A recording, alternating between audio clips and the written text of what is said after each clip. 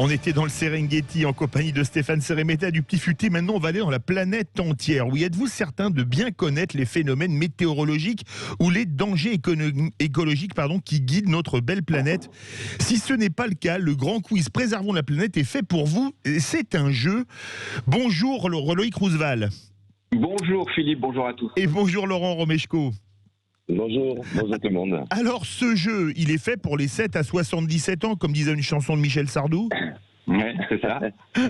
C'est fait pour jouer en famille, entre parents, enfants, les petits-enfants, les grands-parents aussi. Et c'est vrai que c'est intergénérationnel, ça permet de rassembler tout le monde sur un sujet qui nous préoccupe tous. Alors, 77 ans, voire plus. Hein. Ah oui, bien d'accord. Ah oui, ça pouvait être, comme disait Loïc Roosevelt, 77 ans hors taxe. Il y a pas de problème. Alors, comment est né ce jeu, Laurent Romeshko et Loïc Roosevelt? Vous partagez la parole comme vous voulez. Hein. Eh bien, écoutez, oui, je commence parce qu'effectivement, il y a quelques années, j'avais envie de faire un jeu autour de la météo pour les enfants. Et je me rappelle, quand j'étais plus jeune, je déambulais dans les supermarchés, dans les rayons de jeux, de jouets. Je voyais la tête de Laurent sur les boîtes de jeux, notamment sur le jeu. Ah bah oui, Laurent, c'est une star. Hein. Et oui, forcément, c'est une référence en météo. Et il y a quelques temps, il a sorti un livre Météo 2050, un livre sur l'évolution, sur le climat, ces prochaines décennies. Et je lui dis, Laurent, ça serait pas mal de faire quelque chose pour la jeune génération par rapport au changement climatique. Et j'ai eu cette idée de jeu. Il m'a dit, ouais, Banco, ça peut être sympathique, mais on va ouvrir à côté de la météo, on va ouvrir au climat, aux océans, à la biodiversité. Et on a proposé l'idée aux éditions Larousse, qui est une belle maison, une maison sérieuse, et ils nous ont suivis directement.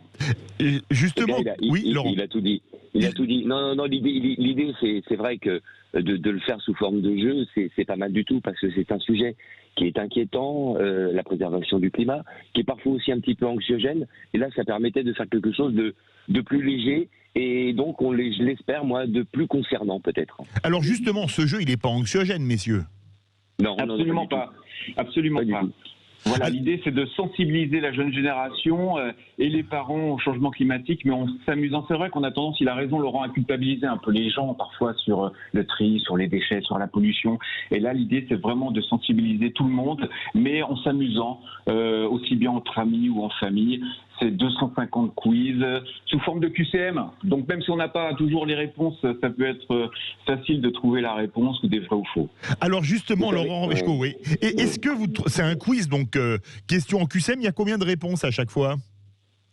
Ah bah généralement, en moyenne, il y a 3 réponses par question. Mais je veux dire par là que je reviens sur ce qui a été dit juste avant, c'est que je veux dire pour faire avancer un peu la cause. Je pense qu'il vaut mieux la connaissance que la culpabilité. Donc voilà, je crois que ça va dans le bon sens. Oui, donc il y a 250 questions, il y a à peu près en moyenne 3 réponses par QCM. Donc voilà, et puis on est sur des domaines très divers. On parle de météorologie, de climatologie, mais aussi de biodiversité, les océans, la forêt. Voilà, je veux dire, c'est un ensemble tout ça, et on aborde tous ces sujets. Alors, est-ce que vous trouvez que les Français manquent de connaissances à ce niveau-là? Oui, disons qu'il y a des idées reçues très souvent. On lit très vite et il y a des infos qui sont percutantes. C'est pas forcément toujours. Vous savez, c'est un domaine aussi où il y a eu. Vous savez, il y a eu pendant des années. Alors, ils se font un peu moins entendre aujourd'hui. Mais il y a eu les climato-sceptiques qui étaient présents, qui étaient entendus, parfois même écoutés. Et donc, il y a eu un petit peu tout et n'importe quoi. Donc, c'est bien d'avoir les vraies informations. Et je pense que dans le quiz, on les retrouve. Alors, justement, Loïc Roosevelt, vous dites que les épisodes climatiques imposent à chacun d'entre nous de mieux connaître et appréhender notre météo quotidienne. C'est un des combats principaux pour vous de ces prochaines années ? Absolument. C'est vrai qu'on est vraiment impliqué dans le changement climatique. Tous les journalistes météo, on essaie de faire de notre mieux et on voit bien effectivement que ça évolue au fil des décennies, ça se réchauffe rapidement ces dernières décennies et on est vraiment impliqué. Je pense que tout le monde doit s'impliquer, aussi bien la jeune génération et l'ancienne également, qui parfois est un peu sceptique. Alors, tiens, on va faire une dernière question. Vous avez une petite question du quiz à me faire en direct ? C'est ce qu'on a. Bien sûr, on avait prévu ça, Philippe. Et pour vous faire jouer et pour faire jouer les auditeurs de Sud Radio, on va commencer par une question météo, ça vous dit ? Allez. Allez, quel a été le record absolu de chaleur observé en France durant l'année 2019? 3 choix de réponse, 39 degrés, 46 degrés ou 47 degrés? 46 degrés. Ah, bien vu, 46 degrés, c'était à Vérargues, dans l'Hérault, et c'était le 28 juin. On continue avec une question. Une dernière. Une dernière. Entre 1901 et 2012, la température moyenne à la surface du globe a augmenté d'environ 0,5 degrés, 1 degré ou 2 degrés? 1 degré.